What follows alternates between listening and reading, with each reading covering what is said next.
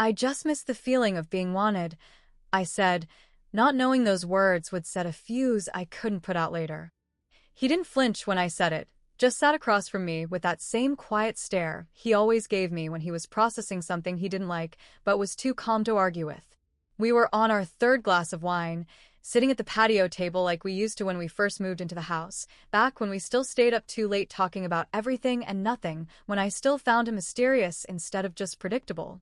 The air was warm, the sky still holding onto the last hints of orange, and I thought if I said it in that moment, it might be gentle, it might land softly, like a confession whispered under a blanket instead of a wound handed over with a blade. He blinked slowly, lifted his glass, sipped. "Wanted by who?" he asked, but his voice wasn't jealous or hurt, it was bored, like he was asking about dinner plans. That hurt more than if he'd screamed.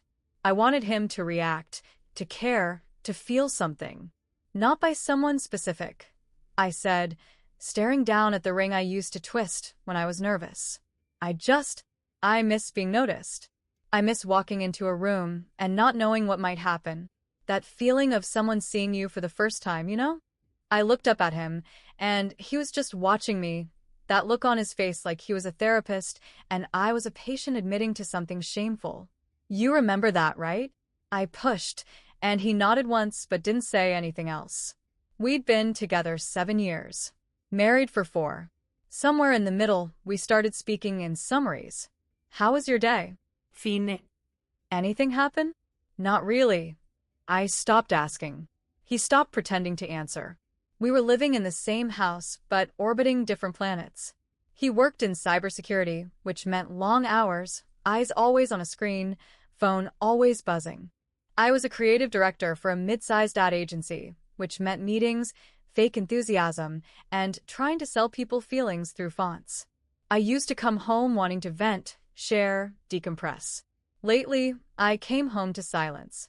A kiss on the cheek, dinner in the microwave, and a man who loved me the way he loved quiet, consistently, respectfully, passively. So when I said it, when I admitted I missed the thrill of being single, I didn't mean I missed Tinder or random hookups or drunk texts at 2 a.m. I meant I missed being seen. I missed wondering if someone liked the way I moved, the way I laughed, the way I held my wine glass. I missed knowing that someone, somewhere, was watching me and wanting me. Nate hadn't done that in a long time. He made sure the bills were paid, that my car's oil was changed, that I had my favorite brand of oat milk in the fridge, but he hadn't touched me like he wanted to ruin me in years. I missed that, and I was stupid enough to say it out loud. His response came minutes later, after he poured us each another glass, his voice even. "So, you want to be single again?" he asked, but it wasn't really a question. It was something else, testing maybe. Adare. I should have taken the exit ramp right then, should have said, "No, of course not," and backtracked, spun some lie about nostalgia and hormones, maybe even blamed the wine. But I didn't. Maybe, because part of me wanted him to know that I wasn't as content as he thought I was.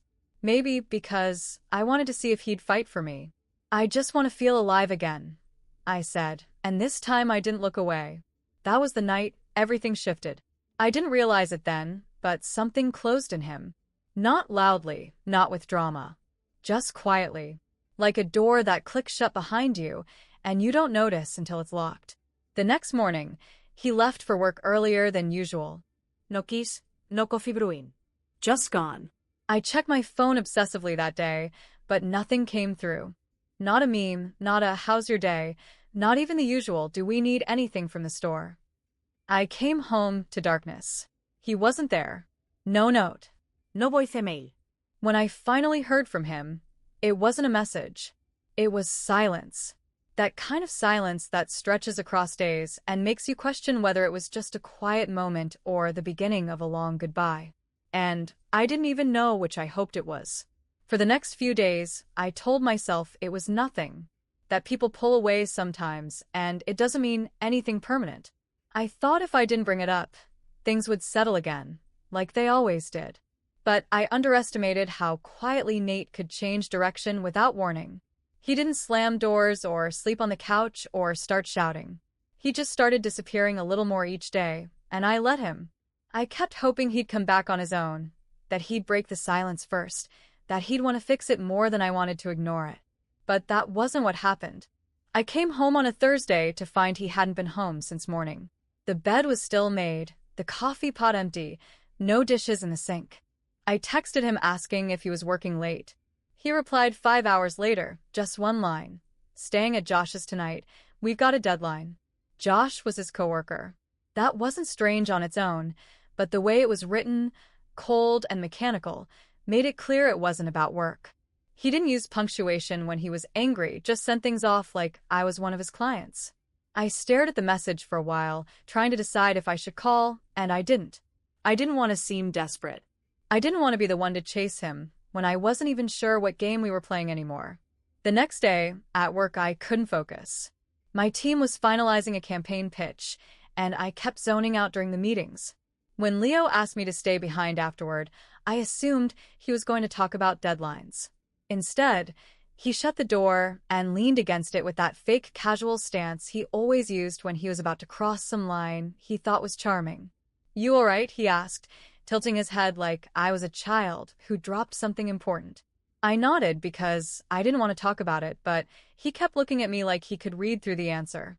"You've been off all week." Not that I'm judging, just noticing. I said I was tired, nothing more. I didn't know him the truth. But I also didn't stop him when he moved a little closer or when his hand rested too easily on the edge of my desk. That kind of attention should have felt inappropriate or uncomfortable, but all I could think about was that he noticed something. Even if it was superficial, even if it was just to feel powerful, he saw something in me that felt invisible at home. "I get it," he said, still watching me. "People don't realize how exhausting it is to hold things together when no one asks how you're doing." I didn't respond because I didn't trust myself to say something smart. I wanted to roll my eyes, tell him to save the act for someone younger, but instead I just sat there. He didn't touch me. He didn't say anything else. But the next time he passed by my desk, he left a coffee next to my keyboard, and I drank it. Not because I wanted to encourage anything, but because it made me feel less replaceable. At home, Nate still wasn't speaking. He came back on Friday night like nothing had changed, put his keys down, took off his shoes, went straight to the shower. I asked how work went, and he said fine. That was it. We had dinner in the same room, but not really together. I picked at my food. He finished his in silence. I wanted to ask if we were going to talk about it, but I knew if I said those words, we wouldn't come back from it. So I sat there pretending the silence didn't feel like punishment. Saturday morning. He was gone again by the time I woke up. No note. No message. I checked the closet, and a few of his things were missing. Not a lot. Just enough to make me feel sick. I called him. It rang twice, then voicemail. I left a message that sounded more annoyed than anything else. I didn't ask where he was.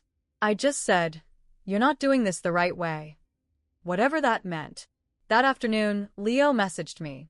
Just a photo of a new bar that opened near the office, followed by, "You should come out tonight. Clear your head." I stared at the message for a long time before typing anything. I told myself it wasn't a date. Just a drink. Just a night out to remind myself I was still a person and not someone's afterthought. I said yes. I told Nate I'd be out with coworkers, but I didn't say who. He didn't respond. When I met Leo at the bar, he was already half a drink in and laughing with the bartender. He greeted me like I'd already said yes to something, and I guess maybe I had. He bought me a drink, told me I looked great, asked me things Nate hadn't asked in months, what I was reading, what music I was into lately, if I still painted. I don't even know why those questions meant something, but they did. When he leaned in and said, "You don't have to be invisible just because you're married," I didn't stop him.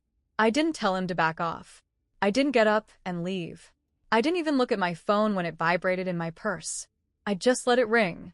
I didn't kiss Leo that night, but I think what I did was worse. I gave him everything else. I gave him my attention, my laughter, the part of me that used to only belong to Nate. I let my knees touch his under the table and didn't move them. I let him tell me I was beautiful and didn't correct him. I let him look at me like he was deciding whether or not to make a move, and I stayed still.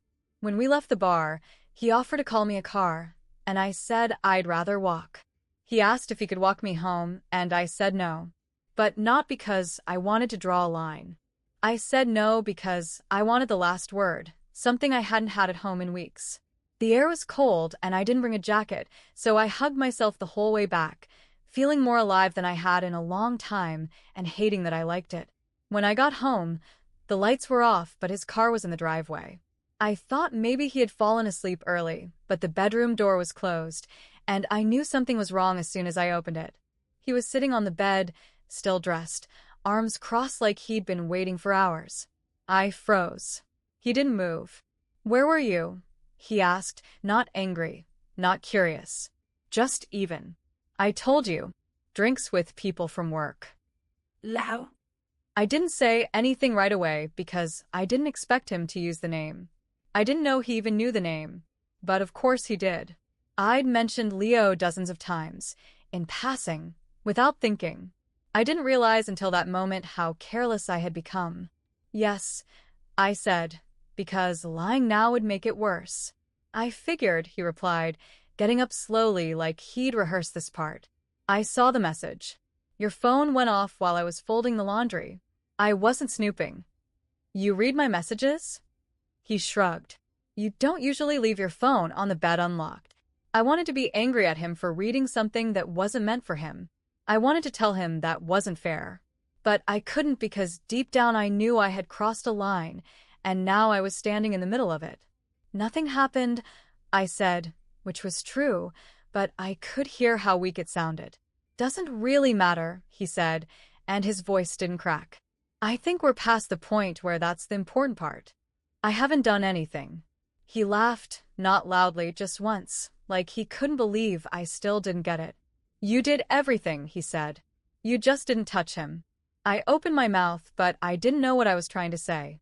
"You told me you missed being single," he went on, and he wasn't raising his voice, but each word felt deliberate, like he had waited to say them exactly this way. And I listened. I didn't yell.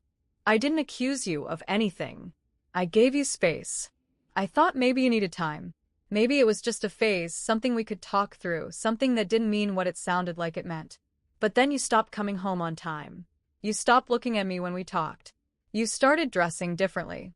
You were texting more, laughing more when you were on your phone than when you were in the room with me. Because you stopped trying," I said, louder than I expected. "You just gave up." You were there, but not really. "I was lonely." "You were lonely," he repeated, nodding once. "And you didn't tell me. You didn't say, 'I feel alone.'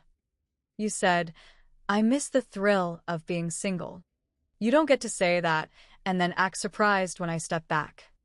"I didn't mean I wanted out," I said. "I just wanted to feel something." "You wanted to feel something," he said, walking past me now toward the door. "And now you have." He left the room without looking back. The next morning, I expected things to be awkward. I thought maybe we'd eat breakfast in silence again. I thought maybe we'd avoid each other and pretend it hadn't happened. But when I walked into the kitchen, the coffee pot was cold. His keys were gone. A few things from the closet were missing. His drawer in the bathroom was empty. There was no note this time. No explicación. I texted him twice. The first one said, "Can we talk?" The second just said, "Please." No response. By the time the sun set, I realized he wasn't coming back that night. I called his brother, and he said Nate was staying with him for a bit. Just needed time. I wanted to ask what he had told him. If he had said anything about me. If he had already made up his mind. The next night, a document showed up in my inbox. A draft of separation terms. Not divorce. Not yet. But a list of what he wanted. What he expected. It was short. Straightforward. His name at the bottom, like a signature that already knew this was final. I stared at it for hours. Didn't open it. Didn't reply. Just kept reading the subject line over and over until the screen blurred. He didn't ask me to explain. He didn't accuse me of cheating. He didn't ask me what Leo meant or if there had been anyone else. He just assumed what mattered. That I wanted out. That he was giving me what I asked for. The document sat in my inbox for 2 full days before I opened it. It wasn't long, just over 3 pages, but reading it made my hands go numb. Nate wasn't asking for much. No dramatic demands, no guilt-tripping statements or emotional paragraphs tucked into the footnotes. He asked for his half of the furniture, a clean split of the savings account, and to keep the car he'd bought 2 years ago. That was it. No questions, no accusations, no attempt to bargain or dissect what went wrong. It felt like he had already accepted the end and was just trying to get through it clean. That made it worse than if he had yelled at me. I wanted him to fight. I wanted him to care enough to be angry. I wanted him to slam a door or send a message filled with questions, something that would prove he wasn't as cold as he was pretending to be. I called him the next night, and he didn't answer. I texted once and said I was sorry for how things happened, that I wasn't thinking clearly, that maybe we both needed to just talk. Still nothing. On Saturday morning, I went to his brother's house without telling anyone. I sat in my car outside for half an hour before getting the nerve to ring the doorbell. His brother answered with a face that told me everything. He didn't smile, didn't invite me in, just said Nate wasn't home and probably wouldn't be back anytime soon. I asked where he was and got a shrug in return. I just want to talk to him, I said. He leaned against the doorway and crossed his arms. Then maybe you shouldn't have gone out with someone else. I didn't cheat, I said quickly. Doesn't really matter now, he replied. You know how he is. You pushed the wrong button. Now he's done. Is that what he told you? He didn't have to, he said. I saw his face when he came through the door that night. He didn't say much, just sat on the couch like someone pulled the floor out from under him. I wanted to scream. I wanted to yell that it wasn't fair to be painted as the villain when I hadn't even done anything. But I had. Not physically. Not technically. But I knew what I'd done. I left without saying anything else. I didn't want to hear more from someone who wasn't even part of the relationship until now. On the way home, I stopped at a red light and finally checked the messages from Leo that I'd been ignoring all week. There were a few. One asked if I was okay. Another said he hoped I hadn't gotten in trouble over the other night. The last one was just a thumbs-up emoji. I didn't reply. On Monday, I took the day off and went through our house alone. I started packing some of my things, not because I was moving out, but because I didn't want to look at all of it anymore. Every room had some version of him in it. His books stacked near the couch. The jacket he always forgot on the back of the kitchen chair. His shaving cream in the bathroom cabinet that I couldn't bring myself to throw away. I put it all into boxes and moved them into the garage. I told myself it was just to get some distance. I didn't know if I believed that. That night, I sat on the couch with the TV on mute, scrolling through our old photos on my phone. They started off stupid, just selfies from restaurants or airports or the beach. But the more I scrolled, the more I started to notice how his expression changed over time. At first, he was always looking at me. Even if I was holding the camera, he'd glance at me like I was the only thing that mattered. Later, he was just smiling at the lens. Eventually, he stopped smiling. Just stood next to me, arms around my waist, expression flat. Like he was still trying, but only because it was easier than arguing. Around midnight, my phone lit up with a new message. It wasn't from Nate. It was from Leo. Still awake, it read. I stared at it for a minute, then typed, yeah. I didn't send it. I just watched the blinking cursor until I hated myself enough to delete it. I turned the phone off and tossed it on the floor. I sat there for a long time. Eventually, I cried, not because he left, but because I could already feel myself building the excuse for why it wasn't entirely my fault. I could hear myself telling friends how things were already broken, how I didn't cheat, how he gave up too fast. All those things that were easier to say than admitting the truth. The next morning, there was an email from a lawyer. His lawyer. Simple instructions about how to proceed. An offer to discuss final terms. I read it 3 times before closing my laptop.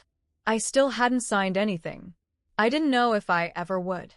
I kept thinking there would be some moment where he'd text me, or come home, or leave a note that said he still loved me, even if we had to start over.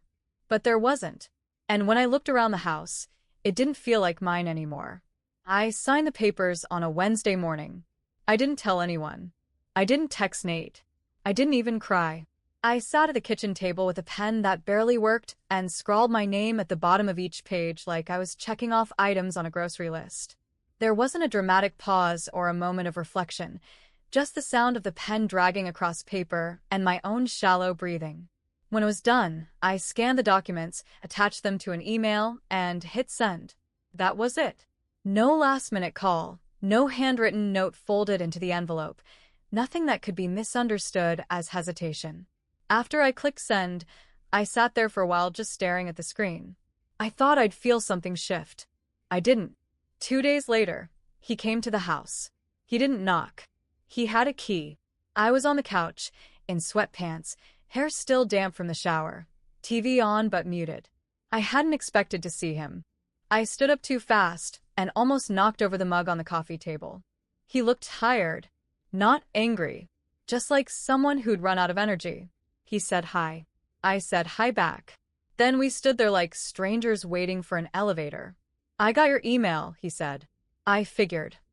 He walked over to the dining room and sat in the same chair he always used. I sat across from him because it felt easier than standing. He looked around the room. Nothing had changed, but it still looked different somehow. Are you okay? He asked. I don't know, I said, and I meant it. He nodded like that made sense. I didn't want it to end like this, he said after a while. Then why did you make it so easy to walk away? I asked, trying to keep my voice even. He looked down at the table. Because I was tired of trying to be enough for someone who kept looking past me, he said. I never looked past you. You looked around me, he replied. You looked through me. You wanted something I couldn't be, and I didn't want to keep guessing what that was. I didn't want a divorce. Yes, you did, he said. You just didn't know that's what you were asking for. I didn't argue. I could have. I could have explained again how I was lonely or unsure, or just needed to feel something. But we'd done that already. We both knew how it sounded. He got up after a few minutes, said he'd come by next week to grab the rest of his things. I told him I'd leave the garage door unlocked. He nodded and walked toward the door. I followed him, because it felt wrong to stay seated. When he opened the door, he turned back and looked at me. I don't hate you, he said. I don't hate you either. Good, he said. Then he left. After he was gone, I stood at the door for a long time before locking it. Not because I thought he'd come back, but because I wanted to feel in control of something. A week later, I saw him at the grocery store. He didn't see me. He was with a woman, maybe mid-30s, with long dark hair and a denim jacket. They were standing near the frozen food section, and she was laughing at something he said. It wasn't a big laugh. Just that soft kind of laugh you do when you like someone. He smiled back, not in a dramatic way, but like he was comfortable. I didn't move. I didn't try to hide. I just watched him. He looked lighter. Not happy exactly, but not weighed down. She reached into the freezer and he leaned in to say something, and she touched his arm without thinking. That was enough for me. I turned around and left without finishing my shopping. That night, I blocked Leo's number. I'd let him text me a few times. Nothing serious. Just questions about work and if I wanted to grab a drink sometime. I never responded, but I didn't delete them either. I just kept them like some kind of safety net, like I needed the option in case I changed my mind. But I didn't want that anymore. Not the way it had started. Not what it represented. I blocked him and deleted the thread. Then I sat on my bed and stared at the ceiling and listened to the silence. I thought about how different the house sounded without him in it. Not quieter. Just empty in a way I couldn't get used to. A few days later, I got a text from his brother. One sentence. You good? I stared at it for a long time before typing back. I will be. He didn't reply, and I didn't expect him to. I still go to work. I still buy groceries. I still do laundry and scroll through my phone and pretend the day feels normal. Most people don't know anything happened. I haven't told my parents yet. I think part of me is still waiting to wake up and find out it was just a fight, just a break, just something we can bounce back from. But I know better. There's nothing to bounce back to. We were fine until we weren't. I wanted something different. He gave it to me. And now I sit alone in the same house, wondering why I ever thought I needed anything more than the man who never stopped showing up, until I pushed him far enough that he finally didn't.